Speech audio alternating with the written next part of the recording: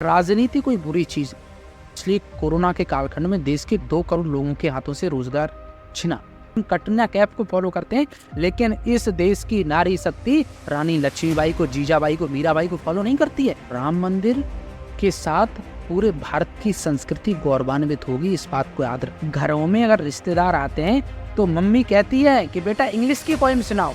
आज दिन तक आप देखिएगा कि किसी मम्मी ने ये नहीं कहा बेटा रिश्तेदार आए हुए, मामा आए हुए, फूफा आए हुए, चाचा आए हुए, बेटा एक हिंदी की पोएम सुनाओ, बेटा एक रामचरितमानस की चौपाई सुनाओ, बेटा एक इंग्लिश की पोएम सुना दे। बेटा शौक से कहता twinkle twinkle little star. Israel अपनी लड़कियों को प्रशिक्षण दे रहा है सेना में जाने का। जापान प्रशिक्षण दे रहा है अपनी लड़कियों को सेना में जाने का, लड़ने का। लेकिन भारत देश की लड़कियां टिकटॉक से लेकर के इंस्टाग्राम पे नंगा नाच करेंगी तो इस देश का विकास नहीं होगा, इस देश का विनाश होगा। भारत देश, हम कितने भी विश्व गुरु की बात करें, लेकिन जब तक इस देश के अंदर एक भी गरीब व्यक्ति भूखा सोएगा तब तक हम विश्व गुरु नहीं बन सकते।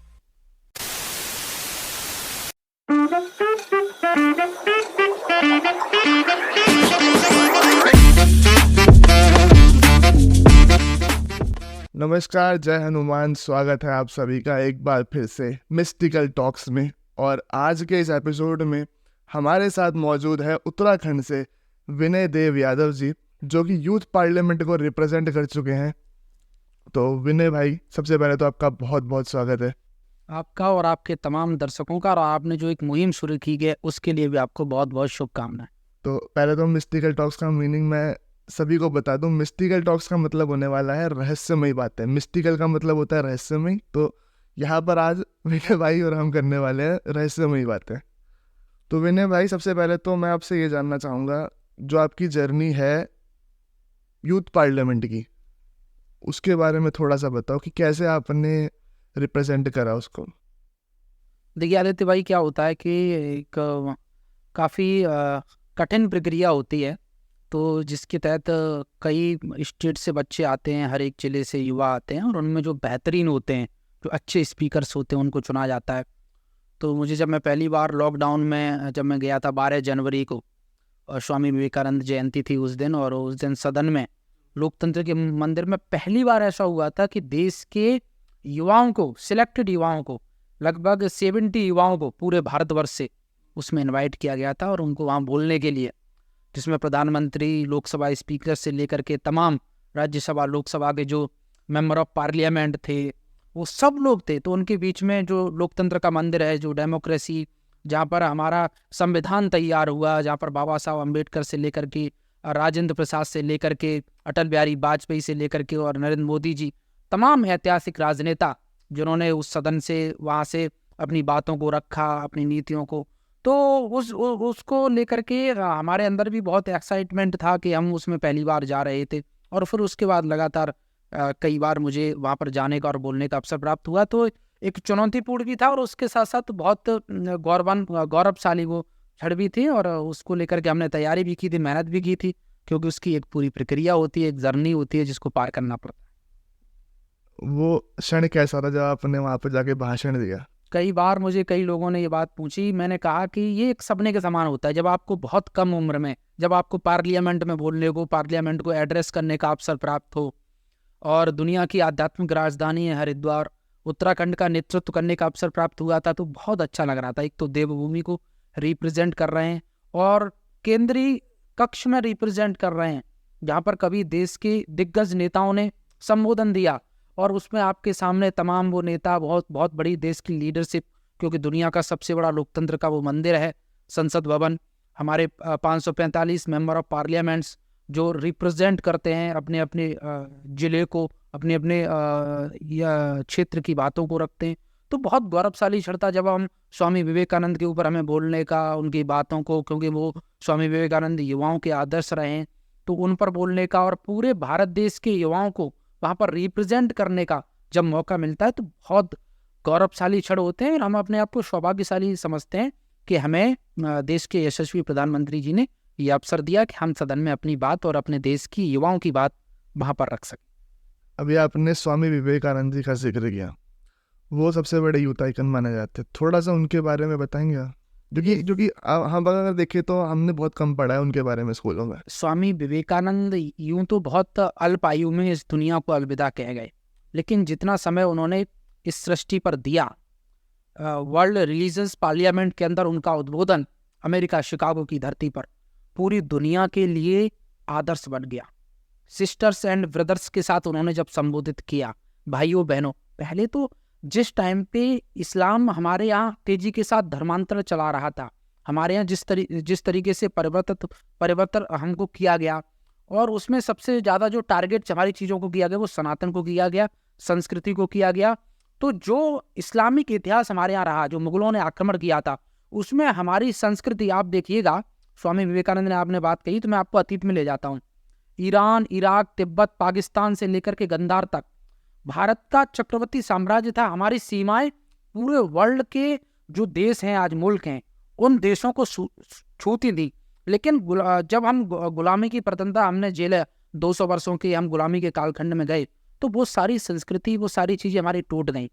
स्वामी विवेकानंद ने जब एड्रेस किया शिकागो सम्मेलन को, वहां पर वर्ल्ड रिलीजियंस पार्लियामेंट को, तो उन्होंने कहा कि भारत देश दुनिया का एकमात्र ऐसा देश है जिसने पूरे विश्व के सभी धर्मों के सताए हुए लोगों को अपने देश में शरण दी है। हम मानवता को पोषित करने वाले लोग हैं।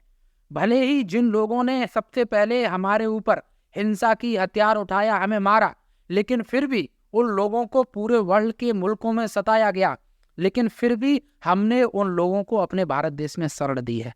हम वसुधैव कुटुंबकम की बात करते हैं, हम भाईचारे की बात करते हैं, हम सद्भाव की बात करते हैं, हम सबके साथ भाईचारे की बात करते हैं, और उनके उन शब्दों को सहजता के साथ पूरी दुनिया ने सराहा, स्वीकार भी किया, और खड़े होकर के उनके स्वागत के लिए लगातार तालियां बजती रहीं।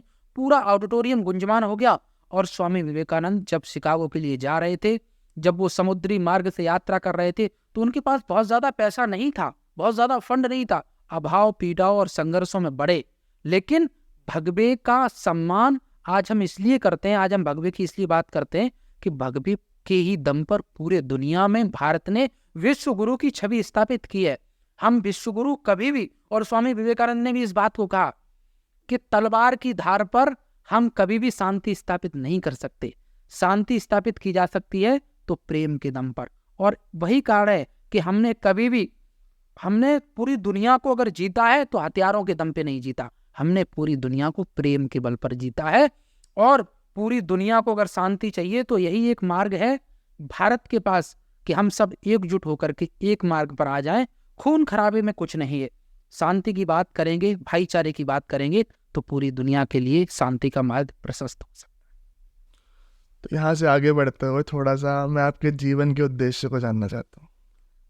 आदित्य जी, चूंकि आप तो कई पर्सनालिटी के इंटरव्यू करते रहते हैं और मैं तो खुद आपका फैन हूँ, ऐसी बात नहीं। आपकी जर्नी के बारे में मैंने बहुत सारे आपके अध्यात्म पर जो आपके व्यू हैं, पॉइंट ऑफ व्यू है, आपका एनालिसिस है, वो सुना है। मैं तो चाहता हूँ कि मैं एक सफल नागरिक बन सकूँ, और मैं इस बात को इसलिए नहीं कहूँगा क्योंकि बहुत सारे लोग मुझे राजनीति से जोड़ करके देखते हैं। तो हमारा उद्देश्य ये है कि राजनीति कोई बुरी चीज़ नहीं है। वर्तमान परिदृश्य में आज राजनीति का जो परसेप्शन पूरे देश के अंदर बनाया है, वो कुछ लोगों ने बनाया है, वो 5 से 10% लोगों ने बनाया है, सब लोगों ने नहीं बनाया। राजनीति का मतलब है नेतृत्व करना। नेतृत्व कैसा होना चाहिए? सात्विक नेतृत्व होना चाहिए, समाज के विकास के लिए, युवाओं के विकास के लिए, गरीब, मजदूर और शोषित वंचित जो तबका है उसकी आवाज बन करके अगर आप किसी विशेष वर्ग का, युवाओं का, किसी सोसाइटी का आप नेतृत्व कर रहे हैं तो उसको राजनीति का रूप दिया जाता है। राजनीति खराब नहीं है। मैं चाहता हूं कि मैं एक ऐसा नेतृत्व कर सकूं जिसमें शोषित, पीड़ित, वंचित, अभाव, ऐसा वर्ग जहां पर रोटी, कपड़ा, मकान की, संसाधनों की जिनको जरूरत है और वो संसाधन उन लोगों तक नहीं पहुंच पा रहे हैं, तो उन लोगों की आवाज को अगर हम लोकतंत्र के मंदिर में, अगर हम विधानसभा में रखते हैं और उनका नेतृत्व कर पाते हैं, उनकी हक की लड़ाई लड़ते हैं, उनको उनके हक दिलाते हैं जिन हकों से वो वंचित है, तो मैं समझता हूं कि वो नेतृत्व करने की हमारी मंशा हमेशा से रही है। अब उसको आप भले राजनीति का आप रूप दे दें, उसको आप नेतृत्व का रूप दे दें, उसको आप किसी और सोसाइटी का नेतृत्व का आप रूप दे दें, तो वो एक अलग अलग शब्दावली हो सकती है। लेकिन मैं चाहता हूँ कि एक अच्छे व्यक्तित्व के रूप में मैं खुद को प्रतिष्ठापित करूँ और उसके लिए मैं लगातार संघर्ष कर रहा हूँ। तो विनय जी, जैसे अभी पॉलिटिक्स की थोड़ी सी चर्चा चल रही है, तो मैं थोड़ा सा बेरोजगारी के ऊपर जानना चाहता हूँ। जैसे कि अभी आप बेरोजगारी के ऊपर आप काफ़ी बात करते हो, इसलिए तो बेरोजगारी को कैसे कम किया जा सकता है? नहीं, निश्चित तौर पर आदित्य जी, आपने अच्छा प्रश्न किया। बेरोजगारी को लेकर मैं ये कहना चाहता हूँ कि जब हम धर्म की बात करते हैं, जब हम हिंदू मुसलमान की बात करते हैं, जब हम कहते हैं कि राम मंदिर बनना चाहिए, तो लेकिन ये कहीं ना कहीं आज भी मूलभूत सुविधाओं से हम वंचित हैं। मुझे पता है कि श्रम ब्यूरो आयोग की रिपोर्ट के तो हालांकि आंकड़े नहीं मिलते हैं, क्योंकि वो श्रम ब्यूरो आयोग की रिपोर्ट ने पिछले 4-5 साल से आंकड़े नहीं दिए। लेकिन पिछले कोरोना के कालखंड में देश के 2 करोड़ लोगों के हाथों से रोजगार छिना, नौकरियां गई प्रत्यक्ष और परोक्ष रूप से। उसमें गवर्नमेंट सेक्टर में बहुत कम रहा, 1 से 2%, लेकिन जो प्राइवेट सेक्टर रहा उनमें जॉब तेजी के साथ गिरी। तो इससे अंदाजा ये लगाया जाता है कि एक तो जनसंख्या तेजी के साथ बढ़ रही है, 65% से ज़्यादा आबादी हमारे देश में युवाओं की है। ऐसे में सरकार को चाहिए कि हम युवाओं के लिए रोजगार के संसाधन क्रिएट करें, चाहे वो छोटे छोटे लघु उद्योग, कुटीर उद्योगों के माध्यम से हों, चाहे वो प्राइवेट सेक्टर में नई कंपनियों के निवेश को ला करके हों, चाहे वो गवर्नमेंट सेक्टर में हों। हमें युवाओं को रोजगार के साथ तेजी के साथ जोड़ने की आज आवश्यकता है। और इस तथ्य को बिल्कुल भी नकारा नहीं जा सकता है कि इस देश के सामने रोजगार एक बहुत बड़ा संकट है, चुनौती है। 21वीं सदी की जब हम बात करते हैं, 5 ट्रिलियन अमेरिकी डॉलर की अर्थव्यवस्था की हम बात करते हैं, उसमें आज भी इस देश के बहुत सारे नौजवान हैं जिनके पास अच्छी तालीम है, बड़ी बड़ी डिग्रियां हैं। उन्होंने इंजीनियरिंग के क्षेत्र में, मेडिकल के क्षेत्र में अच्छी डिग्रियां तो हासिल कर ली हैं, लेकिन जॉब्स नहीं है। आज जब कोई एक वैकेंसी किसी स्टेट के अंदर 100 वैकेंसी निकलती हैं, तो उसमें 10 लाख 20 लाख लोग आवेदन करते हैं। हम कितने लोगों को रोजगार दे पाएंगे? बहुत बड़ा हमारा देश है, लेकिन बहुत बड़ा संकट है। हम तेजी के साथ युवाओं को रोजगार सेक्टर में जोड़ने की दिशा में अपनी प्रतिबद्धता दिखाएं। और इसमें ये जिम्मेदारी सिर्फ और सिर्फ केंद्र सरकार की नहीं है, बल्कि ग्राउंड स्तर पर भी जो विधानसभा में जो लोग काम कर रहे हैं, जो जनप्रतिनिधि हैं, वो भी इस चीज को सुनिश्चित करें कि जो हम करप्शन के तहत बहुत सारी नौकरियां हैं जो भेंट चढ़ जाती हैं करप्शन की, जिसमें अच्छे जो नौजवान बाहर शहरों में तैयारियां करते हैं, वो उससे वंचित रह जाते हैं। तो सरकार कठोर कानून बनाए। उत्तराखंड में जिस तरीके से पिछली बार जो घोटाले हुए, उसमें मैं धन्यवाद करना चाहूँगा पुष्कर सिंह धामी जी का, कि उन्होंने बहुत अच्छे कानून बनाए हैं, बहुत अच्छी पॉलिसीज लेकर के आए हैं। लेकिन आज भी उत्तराखंड के अंदर रोजगार एक बहुत बड़ा मुद्दा है, मैं समझता हूँ, जिस पर बात होनी चाहिए, जिस पर चर्चा होनी चाहिए। और आपके चैनल के माध्यम से भी मैं कहना चाहता हूँ कि इसको लेकर के सरकार अपनी गंभीरता दिखाए। बेरोजगार से थोड़ा सा ऊपर एक महंगाई का भी मुद्दा है। महंगाई तो निश्चित तौर पर महंगाई, मैं चाहता हूं कि देखो, सबसे बड़ी बात क्या है कि महंगाई की मार किस पे पड़ती है? जो निम्न तबका है, जो 2 वक्त की रोटी कमाने के लिए मजदूरी करता है पूरे दिन, अब उसको भी सिलेंडर खरीदना है। तो अगर वो सिलेंडर 1000 रुपए से ज्यादा का खरीदेगा, तो निश्चित तौर पर वो कैसे अपने आप को एडजस्ट करेगा? क्योंकि उसको रूम का रेंट देने के लिए भी उसके लिए 1500 रुपये बहुत होते हैं। तो 1500 रुपये वो एफर्ड नहीं कर सकता है रूम, क्योंकि वो 8 घंटे मेहनत कर रहा है, फिर उसको 300-400 रुपये की दिहाड़ी मिल रही है। तो मैंने कहा, जो अमीर ज़्यादे हैं, जो एक ऐसा वर्ग है इस देश के अंदर जिसको कोई फर्क नहीं पड़ता, आप सिलेंडर 2000 का करो तो 3000 का करो तो वो तब भी खरीद लेगा। लेकिन जो, क्योंकि हमारी इकोनॉमी है वो बेस्ड है एग्रीकल्चर पर, इस देश की अर्थव्यवस्था 70% से ज्यादा किसानों के ऊपर निर्भर है। अगर किसान खेती करना बंद कर देता है, मजदूर काम करना बंद कर देता है, तो इस देश की आर्थिक अर्थव्यवस्था चरमरा सकती है। भारत देश के सामने बहुत बड़ा आर्थिक संकट आ सकता है। लेकिन मैं ये चाहता हूं कि उस 70% तबके के लिए कम से कम हम सिलेंडर से लेकर के रोटी, चावल, गेहूं, जो उनकी खाद्य सामग्रियां हैं, उनको बहुत लो रेट पर हम उपलब्ध कराएं। जिसमें सिलेंडर की अब इस देश में बहुत ज्यादा बात होती है, पेट्रोल डीजल की इसमें बात होती है। देखो, जो व्यक्ति कार खरीद सकता है वो व्यक्ति पेट्रोल भी डला सकता है, चाहे पेट्रोल 200 रुपये महंगी हो जाए। लेकिन जो व्यक्ति इंजन चला करके अपने खेत में पानी लगाता है, सिंचाई करता है, उसके लिए लागत निकालना बहुत ज्यादा मतलब मुश्किल का काम होता है। इसलिए मैं हमेशा से बात कहता हूं कि जो लोग कारों में चल रहे हैं वो कभी भी बात नहीं करेंगे कि भाई पेट्रोल इतनी महंगी क्यों होगी। इसकी मार पड़ती है निचले तबके पर, जो गांव में रहता है, जो आज भी जहां पर बिजली नहीं है तो लैंटेन जरा करके वो डिब्बी ग्रामीण परिवेशों में जिसको बोलते हैं, आज भी वो डीजल से जलती है, वो चलता है आज भी।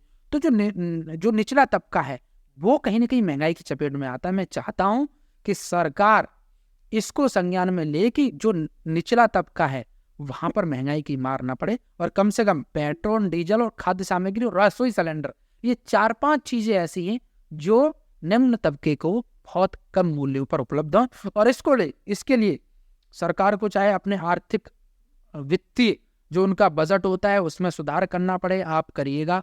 आपको अगर उसके लिए जो भी पॉलिसीज लेके आनी पड़ सकती हैं आप करिएगा।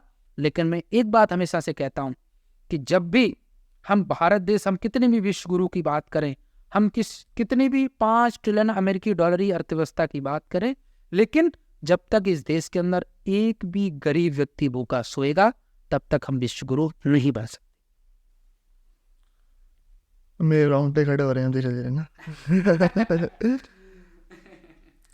इसके साथ ही से आप युवाओं के ऊपर बहुत बात करते हो और युवाओं को समर्थक भी बहुत देते हो, जितना मैंने देखा है, आपको ऑब्जर्व किया। तो युवाओं की भूमिका कैसी है लोकतंत्र के अंदर? देखिए, लोकतंत्र में युवाओं की भूमिका आज बहुत ज्यादा जरूरी हो गई है, क्योंकि मैंने जितना देखा है ना, बहुत सारे युवा तो वोट भी नहीं डालने आते। नहीं, वही मैं कह रहा हूँ। देखिए, हम दुनिया के सबसे बड़े लोकतांत्रिक देश हैं। हमारे पास जो आबादी है उसमें सबसे ज्यादा आबादी युवाओं की है, तो युवाओं की भूमिका बहुत महत्वपूर्ण हो जाती है। लेकिन आज युवा, मैं देखता हूं कि जब राजनीति की बात आती है, कुछ पेरेंट्स भी नहीं चाहते कि उनके युवा राजनीति में जाएं, राजनीति में अपनी भूमिका सुनिश्चित करें, क्योंकि राजनीतिक पैमाने आज बहुत ज्यादा देश के अंदर अच्छे नहीं है। तो वो नहीं चाहते कि उनके युवाओं को कहीं ना कहीं जो एक तरीके से हवा है वो राजनीति की लगे। लेकिन मैं एक चीज जरूर कहना चाहता हूँ कि अगर इस देश का नौजवान नहीं बोलेगा, नहीं जागेगा, अपनी बातों को नहीं रखेगा, वो नहीं लोकतंत्र में जाकर के अपने विधानसभा को, अपने जिले को रिप्रेजेंट करेगा, तो इस देश की स्थिति और ज्यादा खराब हो जाएगी। क्योंकि युवाओं के कंधों पर इस देश का भार है और हम लोगों को अपनी भूमिका सुनिश्चित करनी होगी। आज हम देखते हैं कि हम पार्टियों के, विभिन्न जो पार्टियां, उनके अपने राजनीतिक स्वार्थ के लिए, अपने व्यक्तिगत स्वार्थ के लिए उनके डंडे झंडे तले आ जाते हैं। लेकिन आज आवश्यकता है कि हम हक की बात के लिए लड़ें, हक की बात को उठाएं। और हमारे जो युवा वर्ग है भाई, एजुकेशन पॉलिसीज में उनके लिए क्या खामियां हैं, एजुकेशन सिस्टम कहाँ पे लचर है, उनको रोजगार क्यों नहीं मिल रहा है, हम एक प्रबलता के साथ अपनी बात को रखें, मजबूती के साथ रखें, तभी इस देश का, क्योंकि स्वामी विवेकानंद ने कहा था कि अगर युवा इस देश का बदलेगा, युवा अगर इस देश को लीड करेगा, तभी भारत विश्व गुरु बन सकता है। भारत को विश्व गुरु और कोई चीज नहीं बना सकती। लेकिन दुर्भाग्य की बात ये होती है कि आज क्रिसमस मनाना है हमको, ये कौन सी डेट है, इस देश के नौजवानों को ये तो याद रखता है कि कल सलमान खान की, आमिर खान की, कल दीपिका पादुकोण की टॉकीज में कौन सी मूवी लगने वाली है। लेकिन खुदीराम बोस की पुण्यतिथि कब है, स्वामी विवेकानंद की जन्म जयंती कब है, ये तिथियां हम भूल जाते हैं। बंदा बैरागी से लेकर के छत्रपति शिवाजी महाराणा प्रताप से लेकर के तात्या टोपे और खुदीराम बोस, जिन्होंने इस देश के लिए अपना सर्वस्व न्यौछावर कर दिया, राजगुरु भगत सिंह, चंद्रशेखर आजाद, जिन्होंने हंसते हंसते फांसी का फंदा चूमा, वो युवा, वो हमारे लिए आदर्श हैं, रोल मॉडल, आइकॉन हमारे लिए वो हैं। लेकिन आज वेस्टर्न कल्चर का जिस तरीके से हमारे ऊपर प्रभाव हुआ है कि आज की नौजवान पीढ़ी, हम कहते हैं कि लोकतंत्र में अपनी भूमिका सुनिश्चित करेगी, वो बार पे जाकर के अपनी भूमिका सुनिश्चित कर रही है। वो कैफे के अंदर वो वेस्टर्न कल्चर को फॉलो कर रहे हैं, तरह तरह के ड्रग्स का सेवन कर रहे हैं और अपने आप को मॉडर्न साबित कर रहे हैं। आप मुझे एक बात बताइए, जिस तरीके से अश्लीलता परोसी जा रही है, अभी वो हाल में ही मूवी एक आई है रणवीर की, वो क्या नाम है उसका, एनिमल। मैं ये नहीं कह रहा हूँ कि मैं कोई मूवी को लेकर कंट्रोवर्सी नहीं करना चाहता, लेकिन मैं कहना चाहता हूँ कि बाप बेटे के बीच का जो कैरेक्टर है वो क्या दिखाया जा रहा है कि एक लड़का एग्रेसिव होकर के, जो फाइनेंशियली बहुत मजबूत है, अपने पिताजी से किस तरीके से बात कर रहा है, यहाँ तक कि जो रिलेशंस जो दिखाए गए हैं उसमें वो किस तरीके से ट्रीट करता है। तो ये जो चीजें हैं, वो ये कैरेक्टर, और हमने तो ये सुना है कि वो मूवी देखने के बाद कुछ जो नौजवान हैं उन्होंने उन चीजों को फॉलो भी किया। तो अगर ऐसे लोग, ऐसी मूवियां आएंगी, ऐसे लोग हमारे रोल मॉडल, आइकॉन के तौर पर काम करेंगे, और हम सिगरेट हाथ में लगा करके, कोट पैंट डाल करके और पिस्टन लगा करके, फिर मैंने कहा ना, कैरेक्टर बदल रहा है। जब कोई चीज सोसाइटी में परोसी जाती है तो उसका वैसा ही प्रभाव पड़ता है। आदित्य जी, आप देखिएगा कि और ये तेजी से अंधा अनुकरण हुआ है। रामायण की बात कोई नहीं करता, कृष्ण भगवान की कोई बात नहीं करता। आज कितने लोग हैं जो भगत सिंह बनना चाहते हैं, भगत सिंह को चाहते समय पर पड़ोसी घर में, पड़ोस घर में। वही तो मैं कह रहा हूँ, हमारे घर में कोई ना बने। हम बात तो करते हैं और मैंने कहा कि इस देश का 70% युवा अपने क्रांतिकारियों को नहीं पढ़ना चाहता, अपने क्रांतिकारियों पे बात नहीं करना चाहता। ये बहुत बड़े दुर्भाग्य की बात है। आज हम बात नहीं करते हैं कि किस तरीके से इस देश के अंदर अभी हाल में ही आपने देखा होगा कि बहुत ज़्यादा हमारे हिंदू समाज को टारगेट किया जा रहा है, लफ्ज़ियात किस तरीके से, और हम उन चीज़ों में जकड़ते जा रहे हैं बहुत तेज़ी के साथ। आज आवश्यकता है कि युवा पीढ़ी जागे, अपने सनातन की बात करे। हमारे जो आदर्श हैं, हमारे जो रोल मॉडल हैं, हमारे जो आइकॉन हैं, वो फिल्मी सितारे नहीं हो सकते। हमारे आदर्श स्वामी विवेकानंद होंगे, हमारे आदर्श छत्रपति शिवाजी होंगे, महाराणा प्रताप होंगे, राजगुरु भगत सिंह चंद्रशेखर आजाद होंगे, गौतम जैमिनी पाणिनि पतंजलि कणादि होंगे। हमारे आदर्श इस देश के लिए जिन्होंने अपनी शहादत दी वो होंगे। बॉलीवुड हॉलीवुड हमारे देश का आदर्श नहीं हो सकता। और युवा पीढ़ी, मैं आपके टॉक्स के माध्यम से इस बात को कहना चाहता हूं कि अगर इस देश की नौजवान युवा पीढ़ी इन लोगों को फॉलो करेगी, जो पान बहार पान मसाला बेचते हैं, जो इसमें तो अमिताभ बच्चन से लेकर के वो जो तमाम अजय देवगन हो, चाहे तमाम हॉलीवुड बॉलीवुड के किस तरीके से आज प्रचार कर रहे हैं, ये गलत है। इस तरीके से नहीं होना चाहिए। हमारा देश संस्कृति का देश है, हमारा देश मानवीय मर्यादाओं का देश है। इस देश में अगर इस तरीके का अंधा अनुकरण होगा तो ये चीज़ें बर्दाश्त नहीं की जाएंगी किसी भी। जैसे आपने बात करी वेस्टर्न कल्चर की, थोड़ा सा और थोड़ा संस्कृति की, तो वेस्टर्न कल्चर की तरफ जैसे सब अपनी संस्कृति भूलते जा रहे हैं थोड़ा थोड़ा, और वेस्टर्न की तरफ डाइवर्ट होते जा रहे हैं। उसके पीछे का कारण क्या हो? इसके पीछे का सबसे बड़ा कारण है, इसमें एक बहुत बड़ी भूमिका निभा रही है हमारा हॉलीवुड और बॉलीवुड। बॉलीवुड ने, आपने देखा होगा पिछले 20 साल से पहले आप जाइए, उस टाइम पे जो गाने शूट होते थे वो अध्यात्म बेस्ड थे। वो गाने हनुमान जी पे थे, राम जी पे थे। लेकिन आजकल के गाने, हनी सिंह के गाने आप देख लीजिए, मैं नाम नहीं लेना चाहूँगा, लेकिन किस तरीके से 2 बोतल रोज का, काम मेरा रोज का, इस टाइप की ये जो गाने हैं, इन्होंने हमारे कल्चर को पूरी तरीके से डाइवर्ट किया है। और कहीं ना कहीं अगर आप देखोगे तो जो हम काफ़ी सारी देखते हैं मतलब वीडियोस, अब ऋषिकेश हमारे पास पड़ता है, ऋषिकेश वगैरह, तो वहाँ सारे फॉरेनर्स आपको मिलेंगे जो अब सनातन को अपना रहे हैं। मैंने कहा कि वेस्टर्न कल्चर के लोग हमें अपनाना चाहते हैं, हमारी संस्कृति से जुड़ना चाहते हैं, लेकिन हमको ऐसा लगता है कि जो अंग्रेजियत है, वो अंग्रेजियत हम लोगों से बहुत ज़्यादा अच्छी है। एक हीन भावना, मैकॉले वाली हीन भावना हमारे युवाओं के अंदर, युवतियों के अंदर इस तरीके से डाल दी गई है, जिसका हम अंधा अनुकरण करते चले जा रहे हैं। और मैं आपको एक बात कहना चाहता हूँ, हमारे देश का जो नौजवान युवा पीढ़ी है, आज हम किसको फॉलो करते हैं? मलाइका अरोड़ा को फॉलो करते हैं। आज हम दीपिका पादुकोण को फॉलो करते हैं। आज हम कटरीना कैफ को फॉलो करते हैं। लेकिन इस देश की नारी शक्ति रानी लक्ष्मीबाई को, जीजाबाई को, मीराबाई को फॉलो नहीं करती है। क्यों नहीं करती है? आज अश्लीलता के नाम पर जिस तरीके से, चाहे वो इंस्टाग्राम हो, चाहे वो और सोशल मीडिया इन्फ्लुएंसर के नाम पे, आपको क्या लग रहा है? आप नग्नता परोस करके क्या मैसेज देना चाहते हैं? वो झांसी की रानी जिसने अंग्रेजों से लोहा लिया, अपने बेटे को पीठ पर लाद करके अंग्रेजों से लड़ती रही, उसका आधा सर धड़ से अलग हो गया, उसने इस देश को क्रांतिकारी सूत्र दिए, वो हमारी आदर्श है। आजकल की लड़कियां, आप मुझे एक बात बताइए, इजराइल अपनी लड़कियों को प्रशिक्षण दे रहा है सेना में जाने का, जापान प्रशिक्षण दे रहा है अपनी लड़कियों को सेना में जाने का, लड़ने का, उनको गुर सिखा रहा है।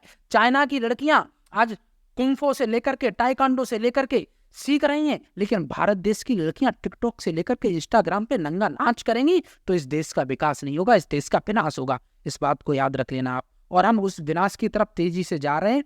और आज आप देखिएगा कि रेस्टोरेंट्स में बार ये फिल्माया जाता है। मैंने अभी आपसे कहा कि 2 बोतल वोट का, काम मेरा रोज का, मतलब युवाओं का काम यही है कि वो 2 पैक लगाएंगे डेली और उसके बाद पूरे दिन अश्लीलता गानों पे नाच करेंगे, डांस करेंगे। तो इन चीज़ों ने हमारी संस्कृति को तोड़ा है। वेस्टर्न कल्चर आज भी हमें फॉलो करना चाहता है, लेकिन हम खुद, और हमको एक आज अंग्रेजी बोलने को बहुत बड़ा प्राउड फील मानते हैं। हर देश अपनी भाषा में बात करता है। चाइना के लोग चाइनीज बोलते हैं, जापान के लोग अपनी जापानीज बोलते हैं, अमेरिका के लोग अपनी भाषा में बात करते हैं। हर देश, और यहाँ तक इस्लामिक जो मुल्क हैं, वो अपनी भाषा में बात करते हैं। लेकिन हम हिंदी बोलने में हमको प्राउड फील नहीं होता। हमको लगता है कि हम हिंदी बोल देंगे तो हम गवार हैं। इस देश के अंदर अगर मलाइका अरोड़ा का कुत्ता गुम हो जाए तो इस देश की मीडिया 10 दिन तक ट्रायल चलाती है। लेकिन उसी देश के अंदर अगर हम लोग हमारे भारत देश की सनातन को मानने वाला कोई हिंदी फेस्टिवल हो तो उसको कवरेज भी नहीं मिलती। इस देश के अंदर बहुत बुरी हालत है। हिंदी पर गर्व होना चाहिए, हिंदी हमारा स्वाभिमान है, हम अपनी भाषा में बात करें। और जिसको अगर हमसे बात करनी है तो हमारे यहाँ आए, हमारी हिंदी सीखे और बात करें। हम उनकी अंग्रेजियत को, मैं ये नहीं चाहता अंग्रेजी भाषा गलत है, ग्लोबली दृष्टि से बहुत अच्छा है, नॉलेज होनी चाहिए, लेकिन थोपी नहीं जानी चाहिए। कक्षा 1 की किताब में ट्विंकल ट्विंकल लिटिल स्टार पढ़ाया जाता है, उसी वक्ते को श्रीमद् भगवद गीता क्यों नहीं पढ़ाई जाती, रामचरितमानस की चौपाइयां क्यों नहीं पढ़ाई जाती, उपनिषद क्यों नहीं पढ़ाया जाता है, भारत के 6 दर्शन क्यों नहीं पढ़ाए जाते? ये बहुत बड़ा प्रश्न है, ये होना चाहिए एजुकेशन पॉलिसी में। 2009 में CBSE में वैदिक एजुकेशन के चैप्टर्स पढ़ाए जा रहे थे, लेकिन उनको निकाल दिया। और जिस साल निकाला उसी साल यूनेस्को ने ऋग्वेद की पांडुलिपियों को अपने शब्दकोश में जगह दी। वेस्टर्न कल्चर तो अपना रहा है, लेकिन हम उसको दरकिनार कर रहे हैं। हम कोई भी स्कूल में आप जाओगे ना, क्योंकि मैं खुद स्कूल से पढ़ा हूँ, कि वहाँ पे आप अगर हिंदी में बात करते हो तो टीचर डांट देती है, मतलब talk in English, talk in English. बिल्कुल। और घरों में अगर रिश्तेदार आते हैं तो मम्मी कहती है कि बेटा इंग्लिश की पोइम सुनाओ। आज दिन तक आप देखिएगा कि किसी मम्मी ने ये नहीं कहा बेटा रिश्तेदार आए हुए, मामा आए हुए, फूफा आए हुए, चाचा आए हुए, बेटा एक हिंदी की पोइम सुनाओ, बेटा एक रामचरितमानस की चौपाई सुनाओ, बेटा श्रीमद् भगवद गीता का श्लोक सुनाओ, बेटा एक इंग्लिश की पोइम सुना दे तो बेटा शौक से कहता ट्विंकल ट्विंकल लिटिल स्टार।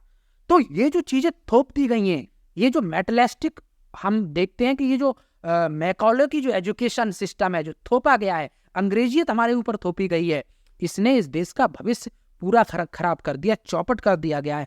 और जो कॉन्वेंट स्कूल हैं, कॉन्वेंट स्कूलों में क्या पढ़ाया जा रहा है? वेशभूषा देखिएगा, यहाँ तक कपड़े पहनाए जा रहे हैं, टाई लगा करके आओ। ये हमारे देश का परिधान नहीं था, हमारे देश की वेशभूषा नहीं थी ये वेशभूषा। और हमारे यहाँ पहले की जो गुरुकुली जो शिक्षा प्रणाली थी, उसमें बच्चों को पढ़ाया जाता था कि माता पिता के पैर छू करके आइए, स्कूल में आइए तो टीचर के पैर छूइए, उनसे राम राम करिए, उनको नमस्ते कीजिए। लेकिन आज गुड मॉर्निंग, गुड आफ्टरनून, इस तरीके से, मैं ये नहीं कह रहा हूँ, लेकिन गुड मॉर्निंग गुड आफ्टरनून के साथ साथ हाय हेलो के साथ साथ राम राम भी कीजिए, सीताराम भी कीजिए। तो कहीं ना कहीं हमारी संस्कृति को हम फॉलो करेंगे। दुनिया अपनाती है, जब भारत के प्रधानमंत्री बाहर जाते हैं तो हाथ जोड़ते हैं, राम राम कहते हैं। जब भारत के प्रधानमंत्री बाहर देशों में जाते हैं तो गीता भेंट करते हैं, उपनिषद भेंट करते हैं, रामचरितमानस भेंट करते हैं। और हम लोग हाय हेलो कहने में अपने आप को प्राउड फील करते हैं। एक तो ये मोबाइल फोन पर जो हेलो कहना, मैं तो कह रहा हूँ कि इसको भी हटाना चाहिए। जो हम हेलो बोलते हैं, ये भी कहीं ना कहीं हमारा भारतीय संस्कृति की पहचान नहीं है। आप हेलो की जगह राम राम बोलिए, सीताराम बोलिए, ओम शब्द का प्रयोग कीजिए। ऐसे शब्द जो विलुप्त होते चले जा रहे हैं और जो यूनिवर्सल है, ओम शब्द है, ओम यूनिवर्सल शब्द है, ये किसी को टारगेट नहीं करता है। आप ओम शब्द का प्रयोग कीजिए और इससे वाइब्रेशन भी एक पॉजिटिव वाइब्रेशन आती है। आप तो कल्चरल चीज़ों को आपने बहुत दिखाया, आपको पता है कि ओम से लेकर के और जो ध्वनियाँ हैं इनमें एक ऊर्जा है, इस पर रिसर्च बेस्ड ये सारी चीज़ें हैं। ओम शब्द है वो वैज्ञानिक है, वो तार्किक है, वो प्रमाणिक है। और इन चीज़ों को, हेलो में कौन सी वैज्ञानिकता है आप मुझे बताइए? हाय में कौन सी वैज्ञानिकता है? कोई वैज्ञानिकता नहीं है। लेकिन रोजमर्रा की चीज़ों में हम इन शब्दों का कम प्रयोग करें, सनातन से ज़्यादा शब्द हम प्रयोग में लाएं। थोड़ा सा अब मैं जानना चाहूँगा, जैसे पॉलिटिकल बहुत हो गई बात है जी, थोड़ा सा चलते हैं स्पिरिचुअलिटी की तरफ। जी। आपकी नज़र में अध्यात्म क्या है? मेरी नज़र में अध्यात्म जो व्यक्ति को शांति दे, जो पीस दे, जो व्यक्ति को मानव से महामानव बनाने की दिशा में आगे ले जाए। हमारी नज़र में अध्यात्म ये है कि हम हिंसा से दूर रहें। हमारी नज़र में अध्यात्म वो है कि एक व्यक्ति जो अपना काम पूरी ईमानदारी के साथ करके शाम को घर जाता है तो उसको ये नहीं लगता कि आज हमने पूरे दिन में कुछ गलत किया। आज की भाग दौड़ भरी जिंदगी से बाहर निकल करके हम भगवान राम को याद करते हैं, गंगा के किनारे बैठ करके हम ओम का जाप करते हैं, हम गहरी लंबी श्वास लेते हैं और अपने अंतःकरण में अपने ईश्वर की चेतना को याद करते हैं कि कहीं पूरे दिन में हमसे कुछ गलत काम तो नहीं हुए, कोई भूल तो नहीं हुई। वो हमारी दृष्टि से अध्यात्म है। तो विनय जी, इसको आगे बढ़ाते हुए अध्यात्म में आपकी अध्यात्म की जर्नी के बारे में थोड़ा सा बताएं। देखिए, मुझे अध्यात्म से बहुत विशेष लगाव बचपन से रहा। मतलब मंदिरों के प्रति, आध्यात्मिक जो जगह हैं उनके प्रति, जैसे देवभूमि हो गई और अयोध्या हो गई, मथुरा हो गई, ऐसे स्थानों के प्रति हमारा लगाव हमेशा से रहा है। हरिद्वार से पैदा हुए मैं। नहीं नहीं, मेरा मेरा जन्म है वो उत्तर प्रदेश का। अच्छा। मेरा जन्म उत्तर प्रदेश का है। जन्म भूमि मेरी उत्तर प्रदेश है, कर्म भूमि मेरी हरिद्वार उत्तराखंड देवभूमि है। और आध्यात्मिक मुझे हमेशा से, और इसीलिए आपने देखा होगा कि मेरी जो शिक्षा हुई वो पतंजलि योगपीठ में हुई, गुरुकुल कांगड़ी में हुई, गुरुकुल से मेरी शिक्षा हुई। तो अध्यात्म के प्रति हमारा हमेशा से लगाव रहा है, और मैं समझता हूँ इस चीज़ को, मैं प्रैक्टिकली बोल रहा हूँ कि अध्यात्म से व्यक्ति जुड़ करके इस समाज का कई गुना ज़्यादा उपकार कर सकता है। स्वामी श्रद्धानंद, स्वामी विवेकानंद, महर्षि दयानंद से लेकर के, और जिन्होंने राम राज्य की बात की, जिन्होंने राम राज्य की कल्पना करी, जो लोग अध्यात्म से जुड़े, मोदी जी को आप ले लो, मोदी जी के अंदर ऊर्जा आप देखो। सुबह योग जो व्यक्ति करता है, ध्यान जो व्यक्ति करता है, मेडिटेशन करता है, उसमें आध्यात्मिक पावर होती है। ये बात को मैं प्रैक्टिकली इस बात को कह रहा हूँ कि जब हम श्वासों पर ध्यान केंद्रित करते हैं, जब हम योग में जाते हैं, तो कहीं ना कहीं हम उच्च चेतना के साथ हम जुड़ते हैं, ब्रह्मांडी चेतना के साथ जुड़ते हैं। तो जो एक पॉजिटिव एनर्जी है उसके साथ जब हमारा संग्रह होता है, सामंजस्य होता है, तो निश्चित तौर पर हम और भी बेहतर कर पाते हैं मेंटली। किसी को आगे बढ़ाते हुए थोड़ा सा ऐसा कोई मोमेंट था लाइफ में जब आप बहुत ज़्यादा डिप्रेस्ड थे? हाँ, एक बार हुआ है। दरअसल उस टाइम पे क्या था कि मैं बहुत ज़्यादा कोई ऐसा कोई क्रिटिकल सिचुएशन तो आई नहीं कभी भी ऐसी, जब जिसमें मैं बहुत ज़्यादा डिप्रेशन में हुआ हूँ।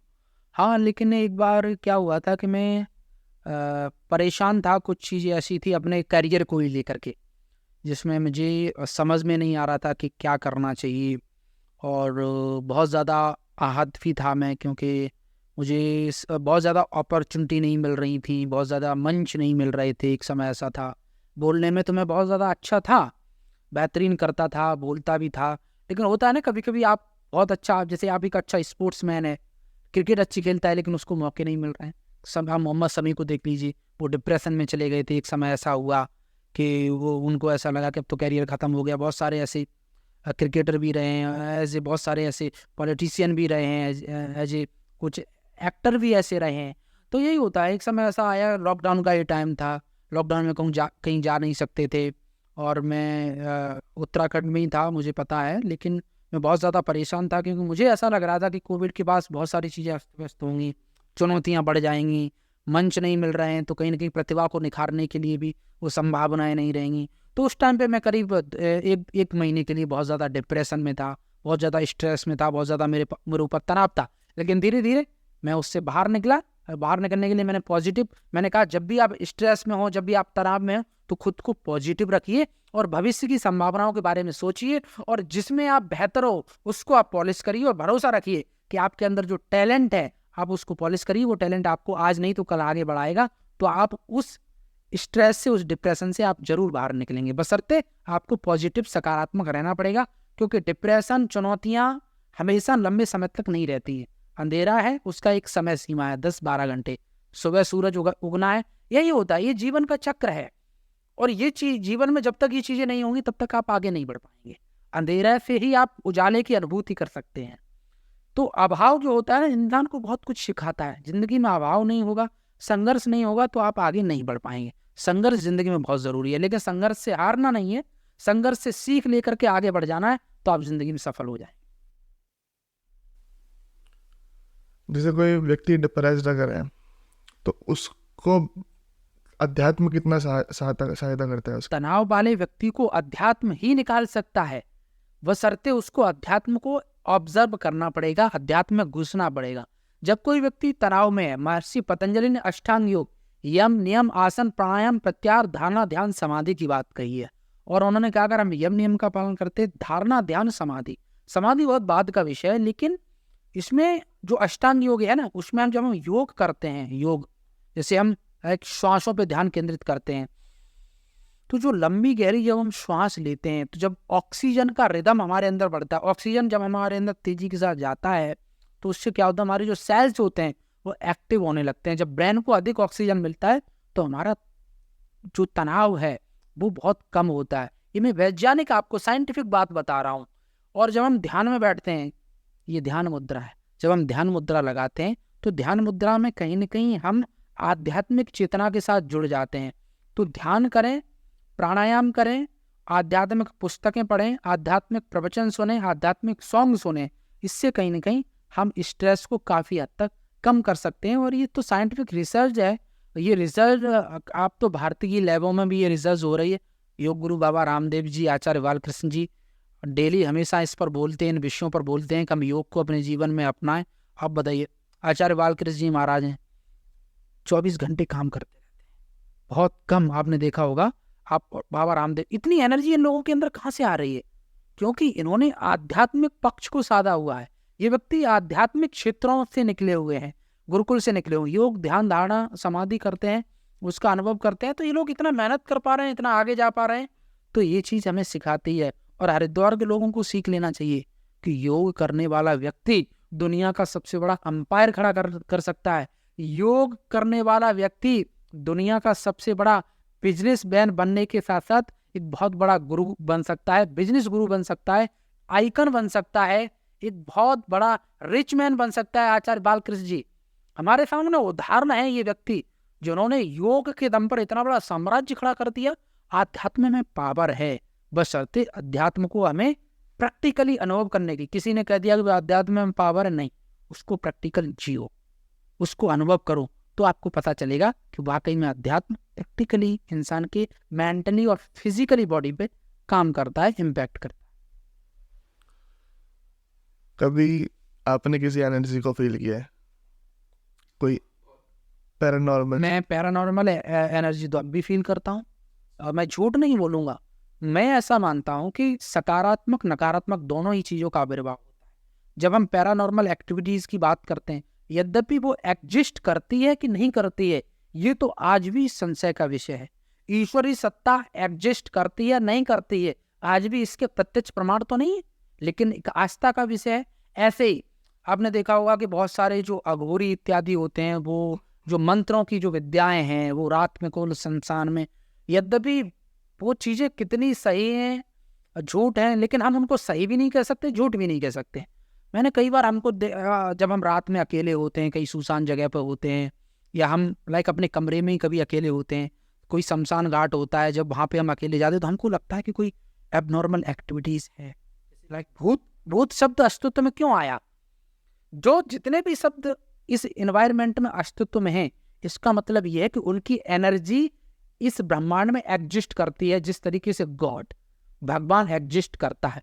लेकिन गॉड को जिस तरीके से अभी तक किसी ने गॉड को का प्रत्यक्षीकरण नहीं किया, कोई इंसान ये नहीं कह सकता कि हमने साक्षात्कार भगवान को देखा।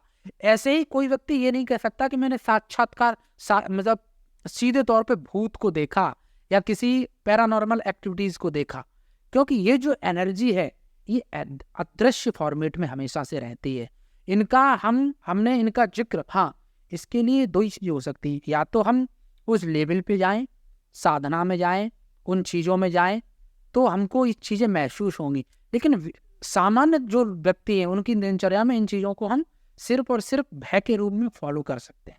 लेकिन मैं ऐसा मानता हूँ कि पैरानॉर्मल एक्टिविटीज़ जो होती है वो होती ज़रूर है, लेकिन वो सूक्ष्म रूप में होती है।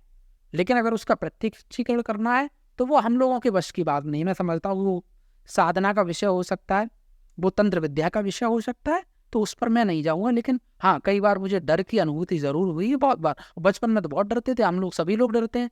कोई कह देता है बेटा यहाँ मत जाइए, भूत आ जाएगा, तो बच्चे डर जाते हैं। तो होता है, जब धीरे धीरे समझ बढ़ती है, चीज़ों का एनालिसिस करते हैं, तो इससे कहीं ना कहीं पर्दा हटता है, फिर समझ में आता है कि सही क्या है, गलत क्या है। लेकिन कहीं ना कहीं चीज़ें एग्जिस्ट करती है, ये बात मैं मानता हूँ। कोई स्पिरिचुअल इंसिडेंट आपके साथ ऐसा हुआ हो? नहीं, एक्सीडेंट तो मेरे साथ स्पिरिचुअल यही है कि जब मैं स्पिरिचुअल के बारे में, जब मैं मेडिटेशन करता हूँ, आपको बताऊँ, मैं ध्यान करता हूँ डेली 10 से 15 मिनट।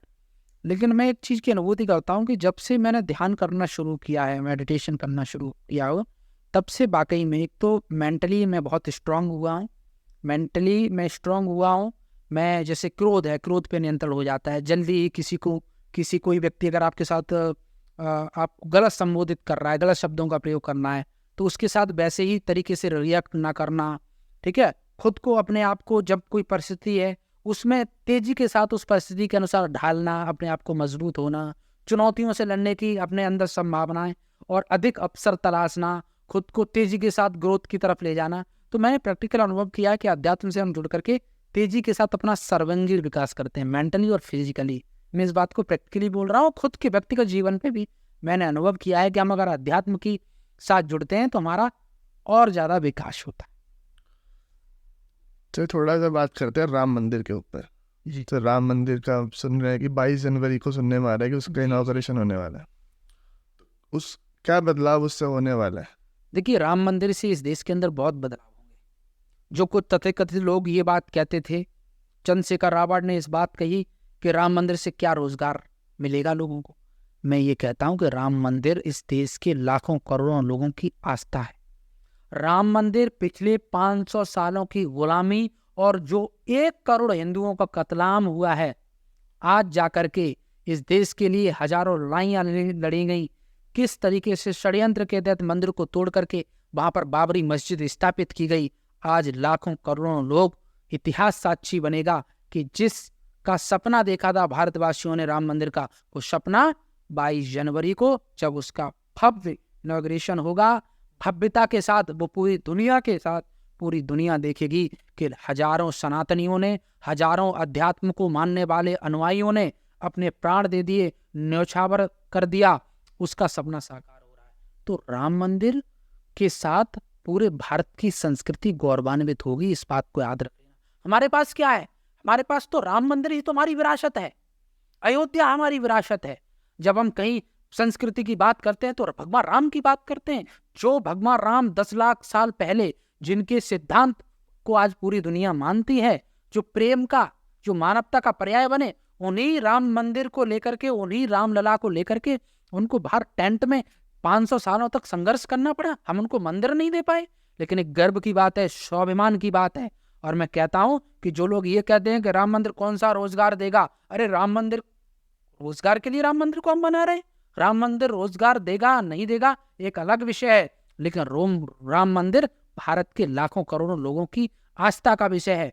राम अगर इस देश में रहेंगे तो ये देश रहेगा, राम रहेंगे तो इस देश की संस्कृति रहेगी, राम मंदिर रहेगा तो भारत का वैभव रहेगा। अगर राम मंदिर उजड़ जाएगा तो भारत खत्म हो जाएगा, भारत की साथ संस्कृति खत्म हो जाएगी। और इसलिए मैं चाहता हूं, ये तो एक राम मंदिर बन रहा है भव्यता के साथ, इसका देश के यशस्वी प्रधानमंत्री का मैं धन्यवाद कहना चाहता हूं। लेकिन आज भी जहां पर योगेश्वर श्री कृष्ण भगवान का जन्म हुआ, मथुरा में भी भव्यता के साथ, पूरी प्रामाणिकता के साथ उस जमीन पर भी मस्जिद बनी हुई है। मैं चाहता हूं, आपके माध्यम से कहना चाहता हूं कि जो वहां पर जिस तरीके से रामलला को आपने विराजमान किया है, आप उसी तरीके से कृष्ण भगवान को भी आप उनके पूरे स्वाभिमान के साथ विराजमान कीजिए। और अभी तो अयोध्या की ये झांकी आप देख रहे हैं, इसी तरीके से कृष्ण भगवान को भी लाना है और पूरे भारत को भगवामय करना है, संस्कृति की तरफ लौटाना है। राम इस देश का स्वाभिमान है, राम इस देश का गौरव है, राम इस देश की शक्ति है, राम इस देश की तलवार है। और मैं एक बात कहता हूं, हमेशा से इस बात कहता हूं कि राम नाम का समय अब आ गया है, आपको राम नाम बोलना पड़ेगा। और जिसको राम नाम से आफत है, वो भारत देश को छोड़ करके पाकिस्तान चला जाए, अफगानिस्तान चला जाए, कजाकिस्तान चला जाए, यूरोप चला जाए, वेस्टर्न कल्चर में चला जाए। 55 मुसलमानों के देश हैं, आप वहां चले जाइए। लेकिन अगर भारत में रहना है तो राम राम कहना पड़ेगा, क्योंकि भारत में सबसे पहले, क्योंकि इस्लाम तो 500 साल पहले आया, ईसाइयत 2000 साल पहले आया, उससे पहले कौन था? भगवान राम ही तो थे। और जब आर्कियोलॉजिकल सर्वे ऑफ इंडिया खुदाई करता है तो हर जगह मंदिर ही क्यों निकलते, मस्जिदें क्यों नहीं निकलती? आप मुझे एक बात बताइए। और जो गलत तरीके से जगह जगह मजारें बना रखी हैं, आप उत्तराखंड के अंदर पुष्कर सिंह धामी जी का धन्यवाद देना चाहूंगा, जिन्होंने सारी गैर तरीके से बनाई गई मजारों को तोड़ दिया। जब मजारें तोड़ी गई तो एक में भी कंकाल नहीं मिला। इसका मतलब यह है कि मजारें अवैध तरीके से बनाई गई, और अगर अवैध तरीके से नहीं बनाई गई तो उनके अंदर कंकाल क्यों नहीं मिला? उनके अंदर कंकाल निकलना चाहिए। तो ये जो थी, तो राम मंदिर इस देश का स्वाभिमान है। और मैं कहना चाहता हूं कि जिस तरीके से अयोध्या भगवामय हो रही है, इसी तरीके से और भी शहरों के नाम बदल करके भगवान राम के नाम पर होने चाहिए, कृष्ण के नाम पर होने चाहिए। और मैं तो कहता हूं, इस गांव के, इस पूरे देश के अंदर हर गांव को अपने भगवान राम, हर गांव का नाम भगत सिंह के नाम पे रखा जाए, हर शहर का नाम भगवान राम के नाम पर रखा जाए, महिलाओं के नाम माता सीता के नाम पर रखे जाएं, पुरुषों के नाम योगेश्वर श्री कृष्ण भगवान कृष्ण के नाम पे रखा जाए, राजगुरु भगत सिंह चंद्रशेखर आजाद के नाम पर रखा है। हमको अब इस देश का भारतीकरण करना है, इस देश की संस्कृति का भारतीकरण करना होगा। अभी इस्लामीकरण हुआ है, अभी ईसाईयतकरण हो रहा है। हमें इस देश की संस्कृति का, यहाँ के लोगों का भारतीकरण करना होगा, तब सच मायने में हम इस देश को भारत कह पाएंगे। अभी हम भारत को इंडिया कहते हैं, अभी आपने देखा होगा कहा गया कि इंडिया का नाम बदल के भारत। शब्दों में संस्कृति बसती है, और अगर शब्द हमारे अंग्रेजियत के होंगे तो हमारी संस्कृति टूटेगी, हम तेजी से अंग्रेजियत की तरफ लौटेंगे। लेकिन भारत इकलौता ऐसा देश है जिसका इंग्लिश में अलग नाम है और हिंदी में अलग नाम है। कौन बोलता है? आप कहीं पे भी जाओगे तो इंडिया भारत, मतलब कभी भी ऑस्ट्रेलिया को हिंदी में भी और इंग्लिश क्या में बोलते हैं? इंग्लैंड। भारत के 2 नाम क्यों हैं? इसी तरीके से मैंने कहा, आज जो नाम बदले जा रहे हैं, आप जैसे सरकार ने प्रयागराज इलाहाबाद को आप बदल दिया, अलीगढ़ को बदलने की तैयारी है, अयोध्या तो अपना भव्य तरीके से है। पहले मुगलों ने इस देश में जब आक्रमण किया तो भारत देश के जो नगर महानगर थे वो सारे के सारे भगवान राम के आर्यावर्त हमको कहा जाता था। भरत के नाम पर, दुष्यंत के नाम पर इस देश के नगरों और महानगरों के नाम थे। लेकिन मुगलों ने इन देशों के अंदर राज्यों के नाम बदल करके इस्लाम को, टीपू सुल्तान कौन था? इस देश के अंदर रोडें क्या अकबर बाबर हुमायूं के नाम पर होंगी? इस देश की सड़कें भगवान राम मर्यादा पुरुषोत्तम योगेश्वर श्री कृष्ण भगवान के नाम पर होंगी। कौन थे अकबर बाबर हुमायूं शाहजहां औरंगजेब जिन्होंने इस देश के अंदर कत्लेआम किए, हिंदुओं को काट करके उनकी महिलाओं के साथ बलात्कार किया, तेजी के साथ धर्म परिवर्तन किया, तलवारों की नोक पर हिंदुओं को कन्वर्ट किया गया इस्लाम में, और उनके नाम पर हमारे देश के नगरों के महानगरों के नाम रखे जाएंगे? बाबर अकबर हुमायूं के नाम पर, शाहजहां और औरंगजेब के नाम पर? कौन था ये बाबर अकबर हुमायूं? इस देश के नाम रखे जाएंगे जिन्होंने इस देश के लिए कुर्बानी दी। अरे नाम रखना है तो झांसी रानी लक्ष्मीबाई के नाम पर रखिए, नाम रखना है इस देश का तो वीर शिवाजी के नाम पर रखिए, बंदा बैरागी के नाम पर रखिए, महाराणा प्रताप के नाम पर रखिए, जिन्होंने अपना पर्याय दिया है वीरता का, जिसकी तलवार ने अंग्रेजों के सामने घुटने नहीं टेके। राजगुरु भगत सिंह चंद्रशेखर आजाद के नाम पर इस भारत का भारतीकरण करिए, जिन्होंने हंसते हंसते फांसी का फंदा चूमा है। इस देश का भारत का भारतीकरण करना है तो आप करिए, टीपू सुल्तान के नाम पर मत करिए, आप करिए सिर्फ और सिर्फ जीजाबाई के नाम पर, मीराबाई के नाम पर, माता सीता के नाम पर, अंग्रेजों के नाम पर नहीं, मुगलों के नाम पर नहीं, इन पादरियों के नाम पर नहीं, जो चर्च के नाम पर कन्वर्ट कर रहे हैं तेजी के साथ। क्या जरूरत है इस देश के अंदर? आज समय आ गया है कि हम अपनी संस्कृति को बदलें। संस्कृति को बदलने का तात्पर्य है कि अंग्रेजियत को खत्म करें और अपनी वही पुरानी संस्कृति जो अब कन्वर्ट हो गई है वेस्टर्न कल्चर में, उसको बदल करके जो हमारी वैश्विक संस्कृति रही है, अयम निज परोवेति गणना लघुचेतथामि उदार चरिताम वसुधैव कुटुम्बकम की जब हम बात करते हैं तो हमको देखना पड़ेगा कि हम तिलक लगाने में हमारे नौजवान गुरेज ना करें, भगवा वस्त्र धारण करने में हम गुरेज ना करें। हम टाई बेल्ट लगा करके खुद को बहुत बड़ा, अपने आप को वेस्टर्न कल्चर का दिखाना चाहते हैं। हम समझते हैं कि हम बहुत मॉडर्न हो गए। हम मॉडर्न नहीं हो गए, हम उस मानसिकता के गुलाम हैं जिस मानसिकता ने हमें 200 वर्षों तक गुलाम बना के रखा। और मैं चाहता हूं कि अब वो समय आ गया है। और मैं तो एक बात कहता हूं कि जो लोग भारत की संस्कृति पर, असुद्दीन ओवैसी खड़े होकर के कहता है कि मैं नहीं बोलूंगा भारत माता की जय, तू क्या तेरा बाप भी बोलेगा भारत माता की जय। अब भारत देश के अंदर वो समय आ गया है। उसका भाई अकबरुद्दीन ओवैसी कहता है कि 10 मिनट के लिए पुलिस हटा दीजिएगा, हम बताएंगे। वो समय आ रहा है कि ये लोग भारत की संस्कृति पर बोलेंगे तो इनको उन्हीं की भाषा में जवाब दिया जाएगा। इस देश में तलवारों के नाम पर अब परिवर्तन नहीं होगा। अब भगवा राम का नाम लेने वाले, गजबाई हिंद कहने वाले लोग जो कहते किसी की भी गर्दनें उतार देते थे, गर्दन काट देते, बोला भगवान राम का, बोला अल्लाहू अकबर बोलना पड़ेगा, जो अल्लाहू अकबर नहीं बोलेगा उसका हम सर कत्लेआम कर दिया जाएगा। एक ही पैगंबर की बात होगी इस देश के अंदर, भारत संविधान से चलेगा। एक संविधान दो संविधान इस देश के अंदर नहीं होने चाहिए। भारत का संविधान बाबा साहब अम्बेडकर का संविधान हम मानते हैं, आप भी मानिए, लेकिन इस देश में तलवारों के नाम पर अब कत्लेआम नहीं होगा। ये भारत अब बदल चुका है, ये भारत अब जाग चुका है। और मैं तो कहता हूँ एक बात हमेशा से बोल कि गांधी जी के अहिंसावादी मूल्य मानिएगा, किंतु सुभाष जैसे क्रांति के पुजारी बन जाइए। और वक्त को है चाह, आज कृष्ण तेरी बांसुरी की नहीं, वक्त चाहता है चक्रधारी बन जाइए। एक हाथ में शस्त्र और एक हाथ में शास्त्र, ये भारत देश की परंपरा रही है, और उसी परंपरा को लेकर के हम सब लोग आगे बढ़े। विनय जी, मैं एक चीज़ और देखता हूँ कि अध्यात्म के साथ ना अंधविश्वास बहुत जुड़ता है।